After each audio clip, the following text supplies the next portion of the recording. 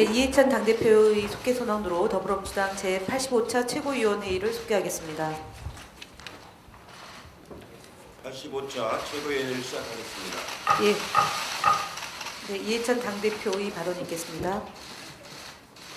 예, 어제 본회의에서 16건의 법이 통과되었습니다.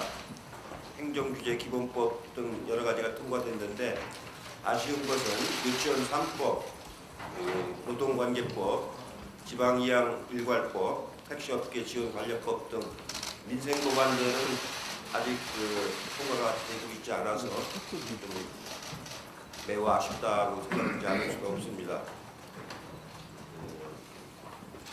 오늘과 내일 이틀간 4.3 보궐선거 사전투표가 실시가 됩니다. 투표일이 5일 앞으로 다가왔는데 지금 마지막으로 많은 분들이 사전투표도 하고 실제 4월 3일 날에도 많이 참여할 수 있도록 당에서 여러 가지 노력을 많이 해야 될 것 같습니다. 특히 경남 지역은 두 군데 다 고용 불안, 산업 위기 지역이라서 우리 당으로서는 산업 고용 위기 지역에 대한 여러 가지 정책적인 대안들을 많이 제시를 하고 있습니다.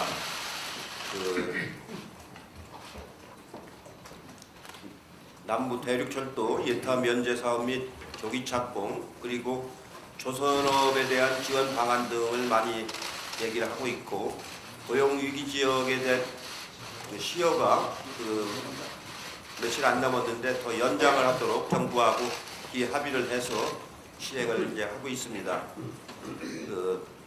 자유한국당에서는 이념적으로 접근을 해서 좌파 연합이니 이런 부분에 공격을 하는데 현장에서는 그런 것은 거의 수용이 되고 있지 않고 오히려 경제 살리기, 조선업을 비롯한 통영 지역에 맞는 통영형 일자리를 만드는 것 이런 부분들에 대한 요구가 아주 강하게 나오고 있습니다.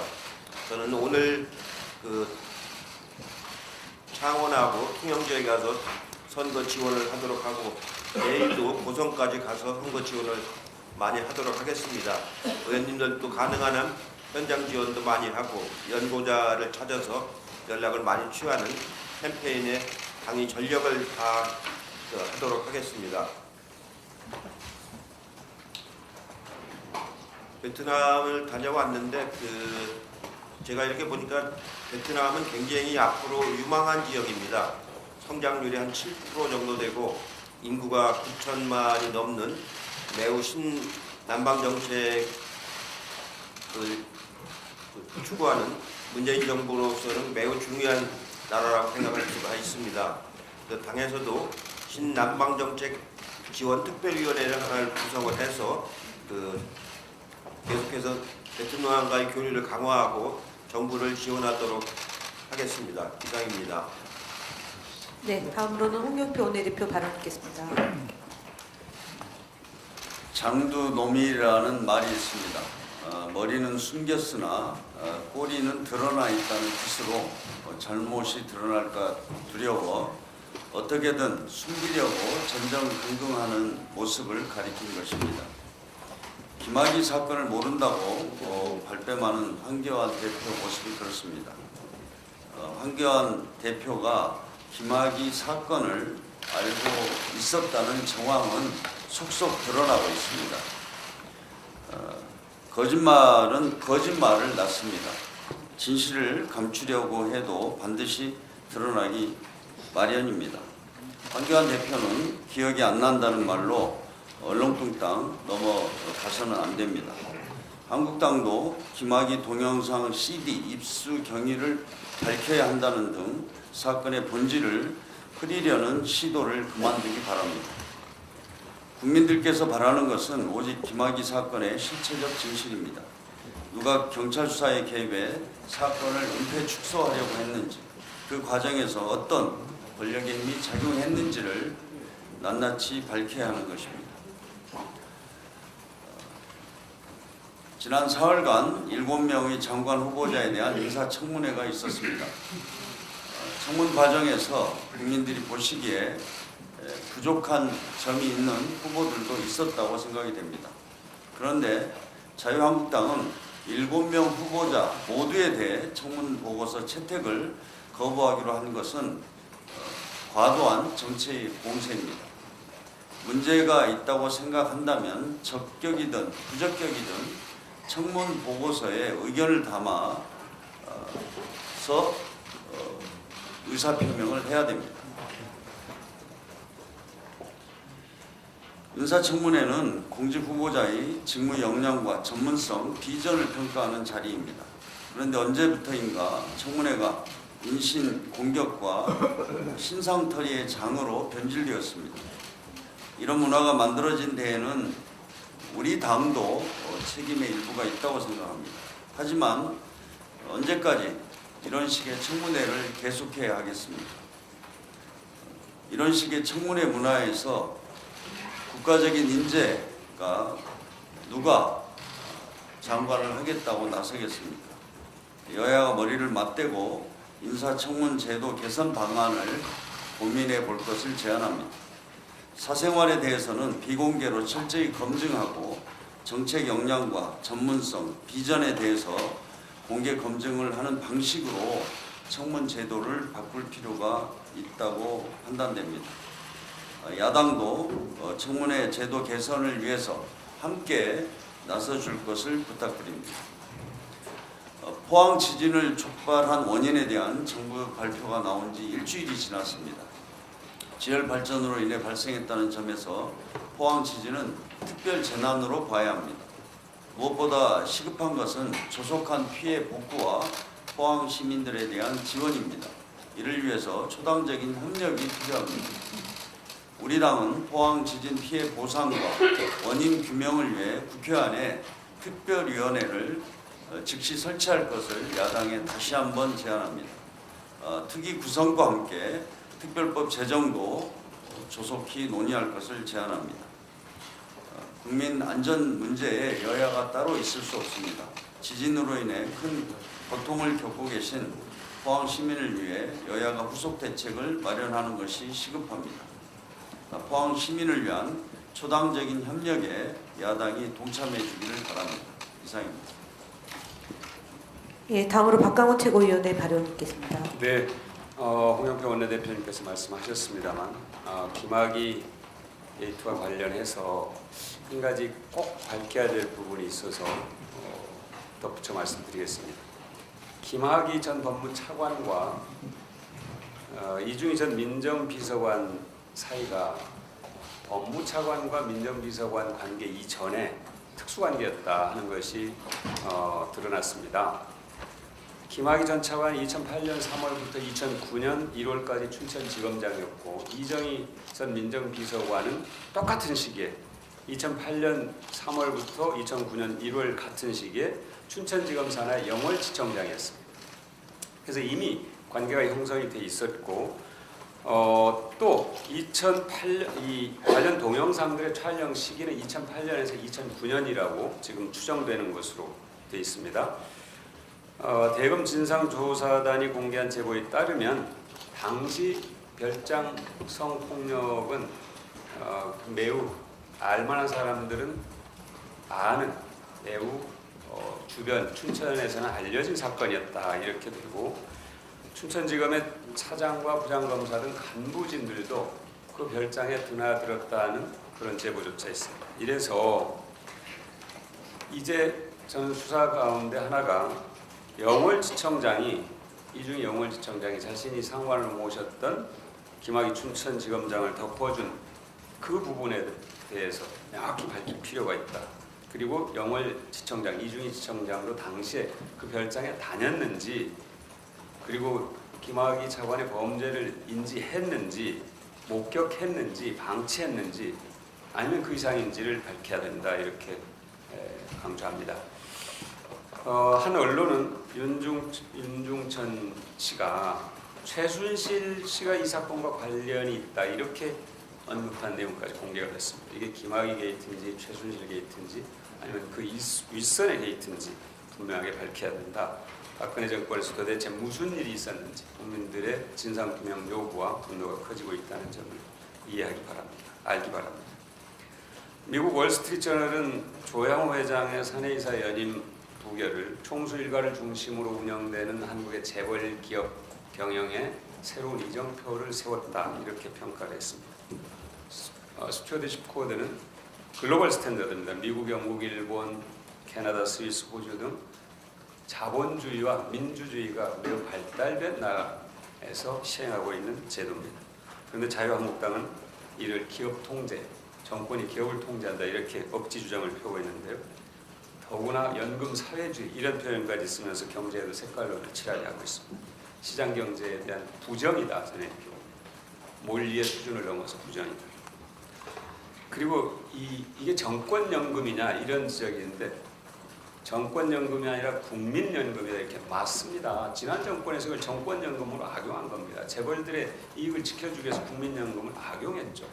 근데 이제 연금의 주인 국민의 이익을 위해서 국민연금이 제대로 기능을 하는 것입니다. 스튜어디십 코드. 그 점에 대해서 명확하게 이해를 해주실 것을 강조해서 말씀드립니다. 하나 더 말씀을 드리겠습니다. 김원봉 선생 소원과 관련해서 자유한국당이 무차별적인 색깔론을 펴면서 참 어처구니 없는 주장들을 하고 있는데요. 대한민국의 자랑스러운 독립운동사에 대해서 저는 이제는 어떤 이념의 굴레에서 벗어나서 그것이 정말로 부끄러운 친일이 항일의 가치를 모욕하는 이 역사적 아이러니를 이제 극복해야 됩니다. 역사적 아픔을 극복해야 된다 이렇게 생각을 합니다. 정말로 김원봉 선생은 김구 선생과 함께 독립운동사에서 뛰어난 업적을 남긴 분입니다. 그런데 해방된 조국에서 독립운동가들을 고문하고 탄압했던 그 부역자들에게 체포되고 고문당하는 기막힌 역사의 희생자가 된 겁니다. 노독술이 친일 순사 노독술이 김원봉 선생을 체포하고 탄압하고 고문했습니다. 그리고 더 이상 이쪽에서 견딜 수 없다. 그래서 북으로 간 그런 아픈 역사가 있는데 이 사실을 알고도 얘기를 하는 건지 이 부분에 대해서 자유한국당이 정확하게 사실을 정확하게 파악하고 이 부분에 대해서는 이념을 떠나서 독립운동에 대해서 제대로 평가하는 그런 자세를 갖기를 다시 한번 촉구를 합니다. 이상입니다. 예, 다음으로 김혜영 최고위원의 발언 있겠습니다.